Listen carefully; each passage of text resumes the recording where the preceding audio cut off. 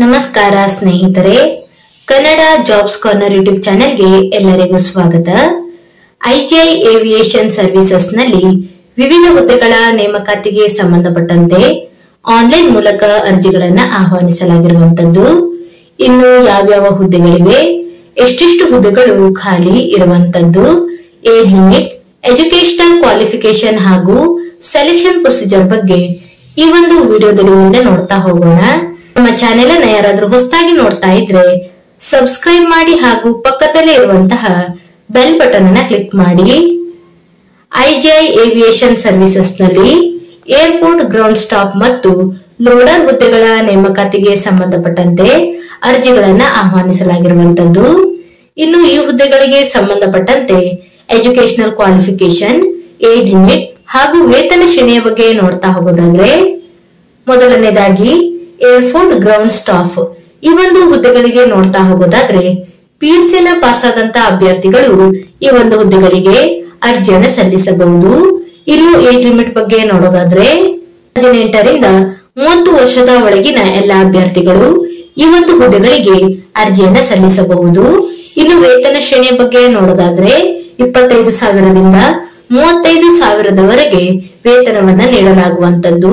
ಇನ್ನು ಖಾಲಿ ಇರುವಂತಹ ಹುದ್ದೆಗಳ ಬಗ್ಗೆ ನೋಡೋದಾದ್ರೆ 1017 ಹುದ್ದೆಗಳು ಖಾಲಿ ಇರುವಂತದ್ದು. ಇನ್ನು ಲೋಡರ್ಸ್ ಈ ಒಂದು ಹುದ್ದೆಗಳ ಬಗ್ಗೆ ನೋಡೋದಾದ್ರೆ ಕೇವಲ ಪುರುಷ ಅಭ್ಯರ್ಥಿಗಳು ಮಾತ್ರ ಈ ಒಂದು ಹುದ್ದೆಗಳಿಗೆ ಅರ್ಜಿಯನ್ನು ಸಲ್ಲಿಸಬಹುದು. ಇನ್ನು ವಿದ್ಯಾರ್ಹತೆ ಬಗ್ಗೆ ನೋಡೋದಾದ್ರೆ ಎಸ್ಎಸ್ಎಲ್ಸಿಯನ್ನ ಪಾಸ್ ಆದಂತ ಅಭ್ಯರ್ಥಿಗಳು ಈ ಒಂದು ಹುದ್ದೆಗಳಿಗೆ ಅರ್ಜಿಯನ್ನು ಸಲ್ಲಿಸಬಹುದಾಗಿರುವಂತದ್ದು. ಇನ್ನು ಏಜ್ ಲಿಮಿಟ್ ಬಗ್ಗೆ ನೋಡೋದಾದ್ರೆ 20 ರಿಂದ 40 ವರ್ಷದ ಒಳಗಿನ ಎಲ್ಲ ಅಭ್ಯರ್ಥಿಗಳು ಈ ಒಂದು ಹುದ್ದೆಗಳಿಗೆ ಅರ್ಜಿಯನ್ನು ಸಲ್ಲಿಸಬಹುದು.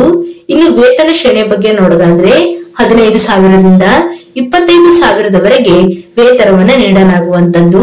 ಇನ್ನು ಖಾಲಿ ಇರುವಂತಹ ಹುದ್ದೆಗಳ ಬಗ್ಗೆ ನೋಡೋದಾದ್ರೆ ಒಟ್ಟು 429 ಹುದ್ದೆಗಳು ಖಾಲಿ ಇರುವಂತದ್ದು.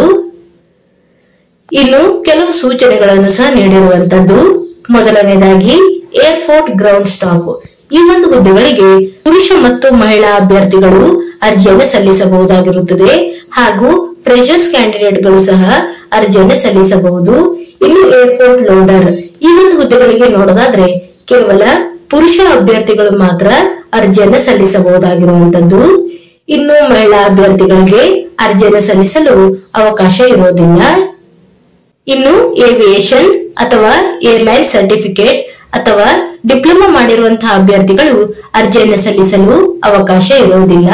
ಹಾಗೂ ಏರ್ಪೋರ್ಟ್ ಗ್ರೌಂಡ್ ಸ್ಟಾಪ್ ಈ ಒಂದು ಹುದ್ದೆಗಳಿಗೆ ನೋಡೋದಾದ್ರೆ ಎಸ್ಎಸ್ಎಲ್ಸಿ ಜೊತೆಗೆ ಐಟಿಐನ ಮುಗಿಸಿರುವಂತಹ ಅಭ್ಯರ್ಥಿಗಳು ಸಹ ಈ ಒಂದು ಹುದ್ದೆಗಳಿಗೆ ಅರ್ಜಿಯನ್ನು ಸಲ್ಲಿಸಬಹುದಾಗಿರುವಂತದ್ದು. ಹಾಗೂ ಇಲ್ಲಿ ಯಾವುದೇ ಕೆಟಗರಿಯ ಅಭ್ಯರ್ಥಿಗಳಿಗೆ ಏಜ್ ರಿಲ್ಯಾಕ್ಸೇಷನ್ ಇರೋದಿಲ್ಲ. ಇನ್ನು ಏರ್ಪೋರ್ಟ್ ಗ್ರೌಂಡ್ ಸ್ಟಾಪ್ ಹಾಗೂ ಏರ್ಪೋರ್ಟ್ ಲೋಡರ್ಸ್ ಈ ಒಂದು ಹುದ್ದೆಗಳಿಗೆ ನೇಚರ್ ಆಫ್ ವರ್ಕ್ ಬಗ್ಗೆ ಸಹ ಇಲ್ಲಿ ಮಾಹಿತಿಯನ್ನ ನೀಡಿರುವಂತದ್ದು. ಎಲ್ಲವನ್ನು ಸಹ ಒಂದು ಬಾರಿ ಚೆಕ್ ಮಾಡಿ.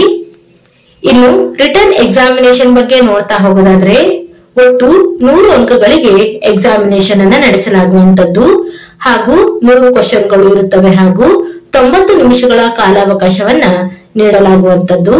ಇದು ಯಾವ್ಯಾವ ವಿಷಯದ ಮೇಲೆ ಎಷ್ಟೆಷ್ಟು ಕ್ವಶನ್ಸ್ ಗಳನ್ನ ಕೇಳಲಾಗುತ್ತದೆ ಅಂತ ನೋಡೋದಾದ್ರೆ, ಮೊದಲನೇದಾಗಿ ಜನರಲ್ ಅವೇರ್ನೆಸ್ ಈ ಒಂದು ವಿಷಯದ ಮೇಲೆ ಒಟ್ಟು 25 ಕ್ವಶನ್ಗಳು ಇರುವಂತದ್ದು.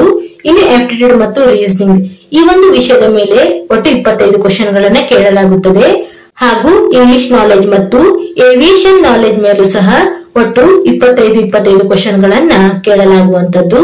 ಒಟ್ಟು 100 ಕ್ವಶನ್ಗಳು ಇರುವಂತದ್ದು ಹಾಗೂ 100 ಅಂಕ ಇರುತ್ತದೆ.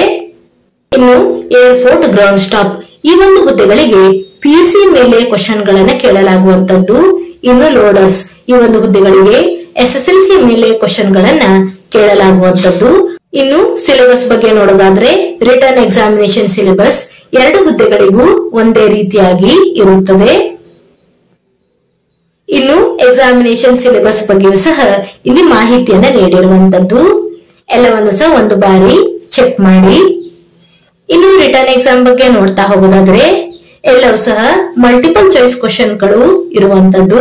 ಒಟ್ಟು 100 ಕ್ವಶನ್ಗಳು ಇರುತ್ತವೆ ಹಾಗೂ ಪ್ರತಿಯೊಂದು ಪ್ರಶ್ನೆಗೂ ಸಹ 1 ಅಂಕ ಇರುವಂತದ್ದು.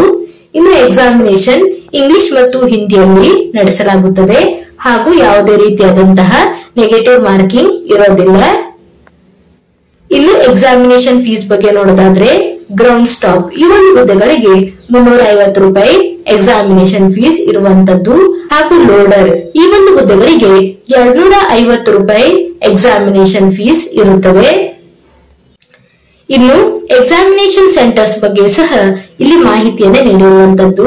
ಆಯಾ ರಾಜ್ಯಗಳಿಗೆ ಸಂಬಂಧಪಟ್ಟಂತೆ ಎಕ್ಸಾಮಿನೇಷನ್ ಸೆಂಟರ್ಸ್ ಅನ್ನ ನೀಡಿರುವಂತದ್ದು. ಇನ್ನು ನಮ್ಮ ಕರ್ನಾಟಕದ ಅಭ್ಯರ್ಥಿಗಳಿಗೆ ಬೆಂಗಳೂರು ಹಾಗೂ ಮೈಸೂರಿನಲ್ಲಿ ಎಕ್ಸಾಮಿನೇಷನ್ ಸೆಂಟರ್ ಅನ್ನ ನೀಡಲಾಗಿದೆ. ಇನ್ನು ಆಯಾ ರಾಜ್ಯಗಳ ಅಭ್ಯರ್ಥಿಗಳಿಗೆ ಆಯಾ ರಾಜ್ಯಗಳಲ್ಲಿ ಎಕ್ಸಾಮಿನೇಷನ್ ಸೆಂಟರ್ಸ್ ಅನ್ನ ನೀಡಲಾಗಿರುವಂತದ್ದು. ಇನ್ನು ಅರ್ಜಿಯನ್ನು ಸಲ್ಲಿಸುವಂತಹ ವಿಧಾನದ ಬಗ್ಗೆ ನೋಡೋದಾದ್ರೆ ಅಭ್ಯರ್ಥಿಗಳು ಆನ್ಲೈನ್ ಮುಖಾಂತರ ಅರ್ಜಿಯನ್ನು ಸಲ್ಲಿಸಬಹುದಾಗಿರುವಂತದ್ದು. www.igiaviationdelhi.com ಈ ಒಂದು ವೆಬ್ಸೈಟ್ ಮೂಲಕ ಅಭ್ಯರ್ಥಿಗಳು ಆನ್ಲೈನ್ ಮೂಲಕ ಅರ್ಜಿಯನ್ನ ಸಲ್ಲಿಸಬಹುದಾಗಿರುವಂತದ್ದು. ಇನ್ನು ಅರ್ಜಿಯನ್ನು ಸಲ್ಲಿಸಲು ಕೊನೆಯ ದಿನಾಂಕವನ್ನ ನೋಡೋದಾದ್ರೆ ಅಭ್ಯರ್ಥಿಗಳಿಗೆ ಸೆಪ್ಟೆಂಬರ್ 21ರವರೆಗೂ ಸಹ ಅರ್ಜಿಯನ್ನು ಸಲ್ಲಿಸಲು ಅವಕಾಶವನ್ನ ನೀಡಲಾಗಿರುವಂತದ್ದು. ಇನ್ನು ಸೆಲೆಕ್ಷನ್ ಪ್ರೊಸೀಜರ್ ಬಗ್ಗೆ ನೋಡೋದಾದ್ರೆ ಅಭ್ಯರ್ಥಿಗಳಿಗೆ ಮೊದಲನೆಯದಾಗಿ ರಿಟರ್ನ್ ಎಕ್ಸಾಮ್ ಅನ್ನ ನಡೆಸಲಾಗುವಂತದ್ದು. ಇನ್ನು ರಿಟರ್ನ್ ಎಕ್ಸಾಮ್ ನಲ್ಲಿ ಕ್ವಾಲಿಫೈ ಆದಂತಹ ಅಭ್ಯರ್ಥಿಗಳಿಗೆ ಇಂಟರ್ವ್ಯೂ ಅನ್ನ ನಡೆಸಲಾಗುವಂತದ್ದು ಹಾಗೂ ಇಂಟರ್ವ್ಯೂ ಅನ್ನ ಕೇವಲ ಏರ್ಪೋರ್ಟ್ ಗ್ರೌಂಡ್ ಸ್ಟಾಪ್ ಈ ಒಂದು ಹುದ್ದೆಗಳಿಗೆ ಮಾತ್ರ ನಡೆಸಲಾಗುತ್ತದೆ. ಇಲ್ಲಿ ಲೋಡರ್ಸ್ ಹುದ್ದೆಗಳಿಗೆ ಇಂಟರ್ವ್ಯೂ ಇರೋದಿಲ್ಲ. ರಿಟರ್ನ್ ಎಕ್ಸಾಮ್ ನಲ್ಲಿ ಪಡೆದುಕೊಂಡಿರುವಂತಹ ಅಂಕಗಳ ಆಧಾರದ ಮೇಲೆ ಆಯ್ಕೆಯನ್ನ ಮಾಡಿಕೊಳ್ಳಲಾಗುವಂತದ್ದು. ಇನ್ನು ಎಕ್ಸಾಮಿನೇಷನ್ಗೆ ಸಂಬಂಧಪಟ್ಟಂತೆ ಡೇಟ್ ಹಾಗೂ ಟೈಮಿಂಗ್ ಬಗ್ಗೆ ವೆಬ್ಸೈಟ್ ನಲ್ಲಿ ಪ್ರಕಟಿಸಲಾಗುತ್ತದೆ ಹಾಗೂ ಇಂಟರ್ವ್ಯೂ ಹಿಂದಿ ಮತ್ತು ಇಂಗ್ಲಿಷ್ ಲ್ಯಾಂಗ್ವೇಜ್ ನಲ್ಲಿ ನಡೆಸಲಾಗುವಂತದ್ದು ಹಾಗೂ ಲೋಡರ್ಸ್ ಈ ಒಂದು ಹುದ್ದೆಗಳಿಗೆ ಯಾವುದೇ ರೀತಿಯಾದಂತಹ ಇಂಟರ್ವ್ಯೂ ಇರೋದಿಲ್ಲ. ಕೇವಲ ಎಕ್ಸಾಮಿನೇಷನ್ ಮೂಲಕ ಸೆಲೆಕ್ಷನ್ ಅನ್ನ ಮಾಡಿಕೊಳ್ಳಲಾಗುವಂತದ್ದು. ಇನ್ನು ಆಸಕ್ತ ಮತ್ತು ಅರ್ಹ ಅಭ್ಯರ್ಥಿಗಳು ಈ ಒಂದು ಹುದ್ದೆಗಳಿಗೆ ಅರ್ಜಿಯನ್ನು ಸಲ್ಲಿಸಬಹುದಾಗಿರುವಂತದ್ದು. ಇವಿಷ್ಟು ಐಜಿಐ ಏವಿಯೇಷನ್ ಸರ್ವಿಸಸ್ ನಲ್ಲಿ ಕರೆಯಲಾದಂತಹ ಏರ್ಪೋರ್ಟ್ ಗ್ರೌಂಡ್ ಸ್ಟಾಪ್ ಮತ್ತು ಲೋಡರ್ ಹುದ್ದೆಗಳ ನೇಮಕಾತಿಗೆ ಸಂಬಂಧಪಟ್ಟಂತಹ ಮಾಹಿತಿಯಾಗಿರುವಂತದ್ದು. ಈ ಒಂದು ವಿಡಿಯೋ ನಿಮ್ಗೆ ಇಷ್ಟವಾಗಿದ್ದಲ್ಲಿ ಒಂದು ಲೈಕ್ ಮಾಡಿ, ಶೇರ್ ಮಾಡಿ ಹಾಗೂ ಸಬ್ಸ್ಕ್ರೈಬ್ ಮಾಡಿ. ಜೊತೆಗೆ ಪಕ್ಕದಲ್ಲೇ ಇರುವಂತಹ ಬೆಲ್ ಬಟನ್ ಅನ್ನ ಕ್ಲಿಕ್ ಮಾಡಿ.